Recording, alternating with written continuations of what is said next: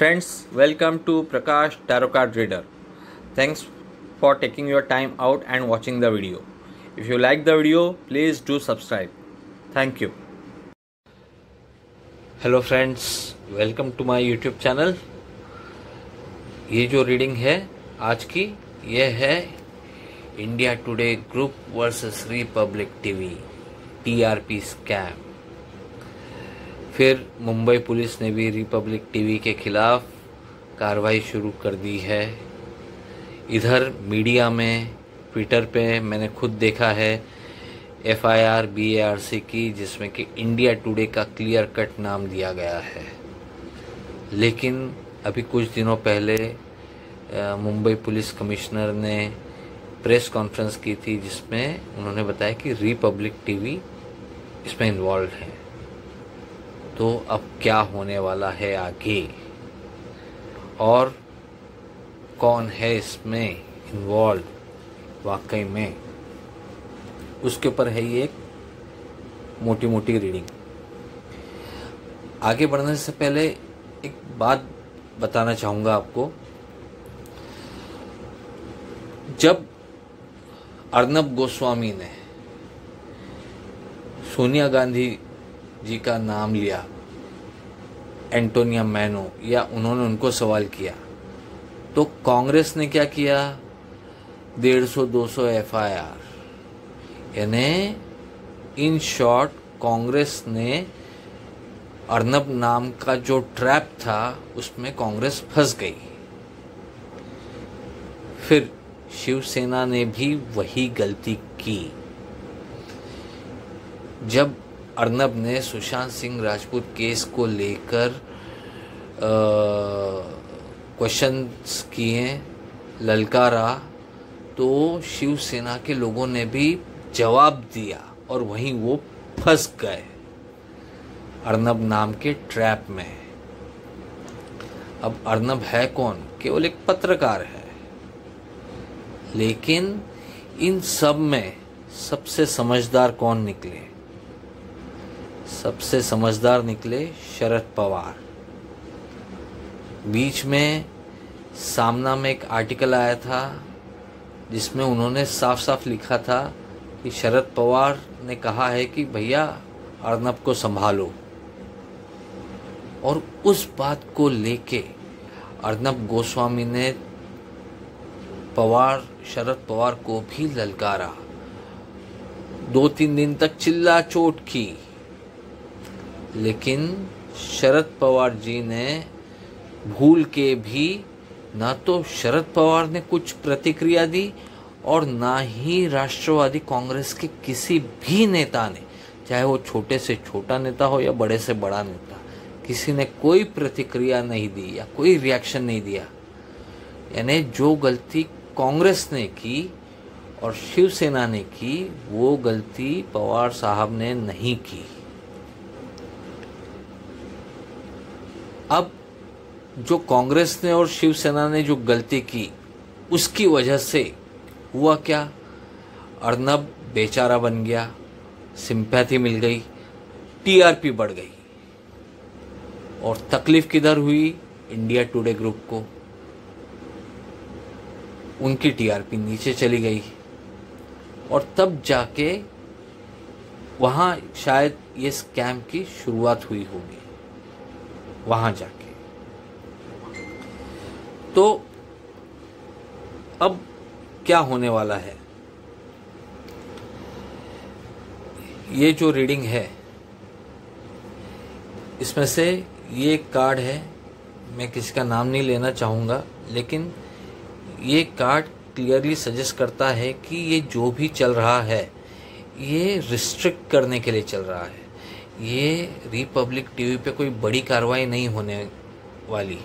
Republic TV को केवल control करने के लिए चल रहा है कि भैया ये तुम जो बेलगाम घोड़े की तरह दौड़े जा रहे हो, बोलते जा रहे हो, इस पे कंट्रोल में आए, इसी के लिए है। डेविल कार्ड है, रिस्ट्रिक्शन लगाने के लिए। फिर इंडिया टुडे ग्रुप के खिलाफ क्या कुछ कार्रवाई होगी? तो ये देखो मैजिशियन कार्ड आया, यानी झोल झपाटा, मैजिशियन यानी जो नहीं है वो दिखाना। तो इंडिया टुडे ग्रुप को तो दूध में से मक्खी की तरह निकाल दिया जाएगा, जो कि शायद हो भी चुका है। लेकिन अब रिपब्लिक टीवी के साथ क्या होगा? ये 3 कार्ड आए हैं, यानी होगा कुछ भी नहीं। ये जो भी चल रहा है, जिस तरीके के ये कार्ड दिखाते हैं, बुलाया जाएगा लोगों को, इंट्रोगेट किया जाएगा वगैरह वगैरह, लेकिन इन शॉर्ट मैसेज दे दिया जाएगा कि भैया कंट्रोल में रहो, नहीं तो तुम्हारे लिए मुश्किलें बढ़ा दी जाएंगी। एक्चुअल ये जो चल रहा है, इसका जो मुझे दिखता है यहाँ पे, वो यही है, मैसेज देना, ये रिस्ट्रिक्शन वाला, कि औकात में रहो, नहीं तो औकात भी नहीं रहेगी, वो वाला हिसाब है। और कुछ भी नहीं दिखता है मुझे इसमें। फिर अब आपको याद होगा कि मैंने अर्नब गोस्वामी के लिए एक अलग से रीडिंग की थी। उसमें मैंने साफ साफ कहा था कि अर्नब की जान को खतरा भी है, ऐसा भी मैं बोल चुका हूँ, क्योंकि टावर कार्ड और 10 ऑफ सोर्स कार्ड फिर से वही कार्ड आया है। मैंने पूछा कि अर्नब गोस्वामी को 31 दिसंबर 2020 के पहले किस तरह की परेशानी हो सकती है। अभी 10 ऑफ सोर्स कार्ड जो है, ये 2 तरीके का कार्ड है। एक तो ये ट्रैवल में परेशानी भी दिखाता है, दूसरा ये बेचारगी का कार्ड है कि ये आदमी के साथ बुरे से बुरा हो रहा है और वो बेचारा बन जाता है, सिंपैथी बटोर लेता है। ये उस तरह का कार्ड है। तो परेशानियां तो आने वाली है। नवंबर दिसंबर में पहले ही बता चुका हूं कि अर्नब गोस्वामी के सही नहीं है।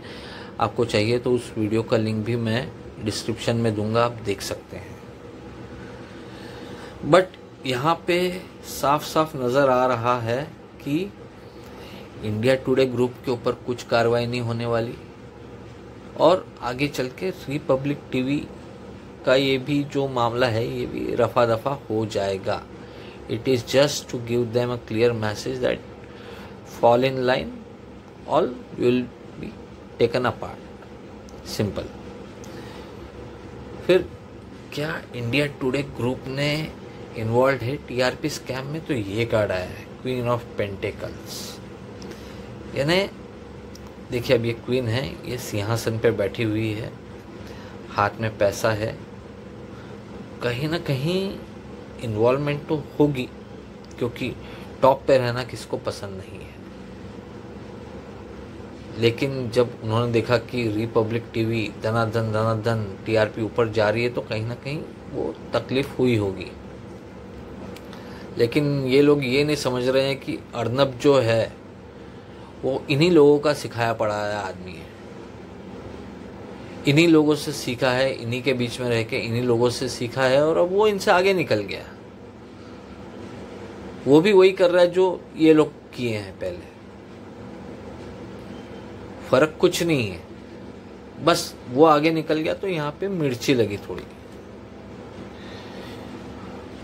तो मोटा मोटी ये जो है, इस रीडिंग का कंक्लूजन ये है कि कुछ होने जाने वाला नहीं है, ना रिपब्लिक टीवी के खिलाफ कुछ होएगा ज़्यादा। बस ये है कि उनको मैसेज दे दिया जाएगा, कहीं ना कहीं कॉम्प्रोमाइज़ फॉर्मूला आ जाएगा बीच में, and things will be okay. और ये गेम का करता धरता जो है वो ये साहब है, किंग ऑफ वॉन्ड्स, पर्दे के पीछे, जो कि इस सारे गेम के सूत्रधार हैं, फिर भी कहीं पे भी पिक्चर में नहीं है। तो दैट्स इट। आपको ये रीडिंग कैसी लगी मुझे ज़रूर बताइएगा, अपने कमेंट्स, आइडियाज, सजेशंस, फीडबैक्स ज़रूर दीजिएगा।